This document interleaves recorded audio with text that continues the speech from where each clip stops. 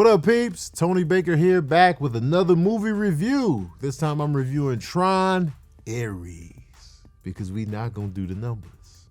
We not gonna do it, okay? We not. These movie studios were like, don't you put a number on that sequel. If you put a number on that sequel, you're fired. No, all right, we'll call it Ares, The Reckoning, Retribution. Tron Legacy, Tron Ares. Throw the numbers in there, man. It's okay. People not gonna be like, man, I don't like how it's a number now. I'm not gonna pull up. They're like, nah, man. Because I'm trying to think of all the sequels. Yeah, everything now is like, let's add something. Let's call it something different because people are tired of sequels. You think we don't know it's a sequel?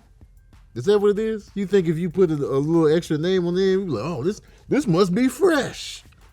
We already know what it is. It's the third. Okay? It's the third. When you name your child the same name as the parent and the grandparent, you know, you're such and such the third. We know that your grandfather was in on it. Okay? It's okay to be the third. Anyway, Tron Ares, right? We're back. Anyway, it's a highly sophisticated program named Ares is sent from the digital world into the real world on a dangerous mission, making humankind's first encounter with AI beings. So now we got the AI in the real world, huh? Hot button issue. Everybody's talking about AI. Yo, what if they was out here? They making YouTube videos. They making everything's fake now. Everything's fake. So now you got fake people walking around. Artificial intelligence. It stars Jared Leto. Now, a lot of people, I don't know what happened, but a lot of people don't rock with Jared Leto for some reason. I always felt like he was a talented actor. You know, a few projects here and there, he might have overdone it. But a lot of actors have overdone it, you know, or underdone it, or just did too much or did too little. But that's neither here nor there. He was tremendous in the Dallas Buyers Club, in my opinion. I didn't see Requiem for a Dream, but I heard nothing but good things about that movie. I got to go back and watch that. But I don't know what happened. Y'all feel like he's poisoned. But anyway, Tron Ares is directed by Joachim Ronning, but there's a circle through the O in his name, so I don't know if it's Ronning or Renning. I don't want to disrespect. It features an ensemble cast including Greta Lee, Evan Peters, Jodie Turner-Smith, Hassan Minaj, Arturo Castro, Gillian Anderson, and Jeff Bridges is back. Now, I want to say this about Jodie Turner-Smith. I want her to be Storm. I want her to be Storm, man. She should be the next Storm, or at least in the running, man. Let's get that going. What I liked about this movie, because I went back and watched both Trons. I went back and watched Tron Legacy and the original Tron. The original Tron, I remember seeing that in theaters when I was like 5. And I just remember the video game and the cycle scene. The cycle scene was always what stood out for me. And at the time, that was like revolutionary in the 80s. We were just like, oh, snap, the future's here.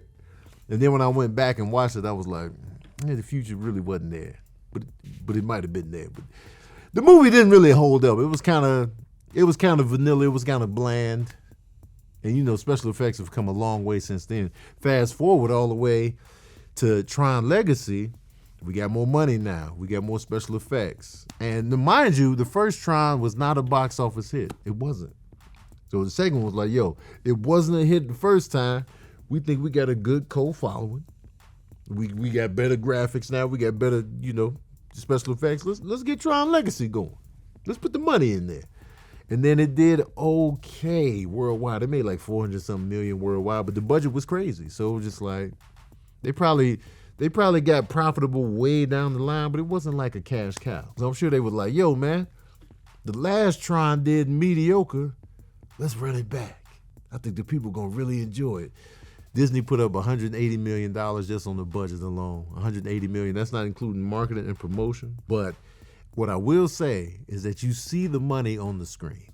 The special effects are really good. The cycle scenes throughout the city are like my favorite parts of the film. Those were done really well and dope. I feel like Jared Leto's performance, I feel like he nailed it in terms of he's artificial intelligence. So he's gonna have that robotic kind of stiffness, but he was still loose enough to have a little bit of charisma there.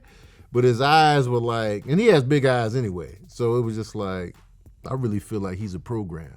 I really feel like somebody was like, enter, and then he arrived. So I felt like he nailed that tone of he's not a real person, but he is infused with a lot of humanity as they created him.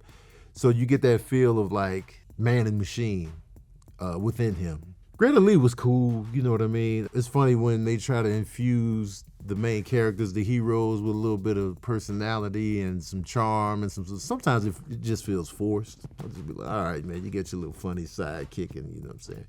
But I really wasn't laughing like that. I feel like the premise of them coming into the real world was more interesting than somebody going back into the machine again, because he went into the machine the first time, and then his son went into the machine the second go around. So now they're coming out, and I feel like them in the real world was more compelling for me.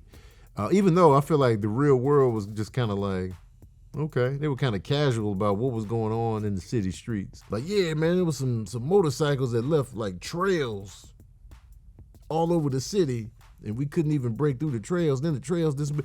They never really touched on humanity's reaction to artificial intelligence in their world.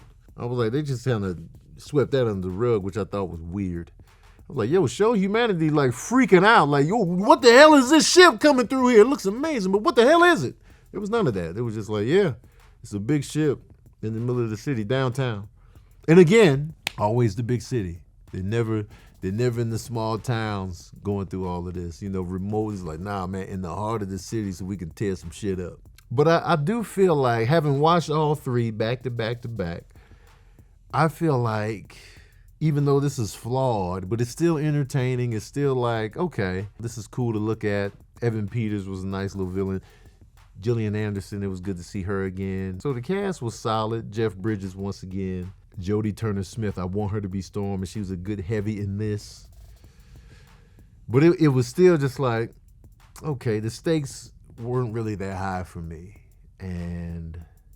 But overall, it was entertaining. Like, I didn't feel like I wasted my money, and I feel like it might be the strongest of the three, in my opinion, because I like that coming into the real world dynamic. So forget all that, man. Y'all want to know the smooth jazz review of Tron Ares? Well, here it is. Oh, yeah. I'm giving Tron Ares, I'm giving it 3 saxophones out of 5, man. I feel like it's a nice matinee roll-up. I do feel like it edges Tron Legacy just a little bit, because when I rewatched Tron Legacy, I was just like, okay, he went back into the machine, same way they did in the first one. But this one, I feel like the stakes were raised with that real world element that I enjoyed, and I just like seeing that dynamic, and within the framework that they can come into the real world, but only for like 28 minutes, and then they just go back into the matrix, if you will. So I thought that was an interesting dynamic. So every time they come through, they got a limited time to be out here with us. So I like that play on it as well. But 3 saxophones, and then I wonder, like, if I was to go into a video game, what video game would I go into? It damn sure wouldn't be Call of Duty. But I think I would roll up in Grand Theft Auto.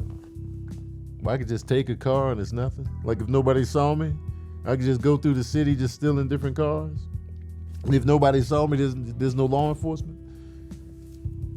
But then I could just get run over by anybody, because, you know what I'm saying, it's crazy. Anybody could get it.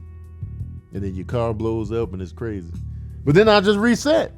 At the police station. All right, peeps, that's my review of Tron Ares. Let me know what you thought of the movie in the comment section below. Also, how would you rank the series? Let me know what's your favorite, most to the least. Let me know in the comment section below. And do you feel like the first Tron from 1982, do you feel like it holds up? And do you even care about Tron? I want to know all of that. Let me know in the comment section below. Don't forget to like, share, and subscribe. And as usual, we out here.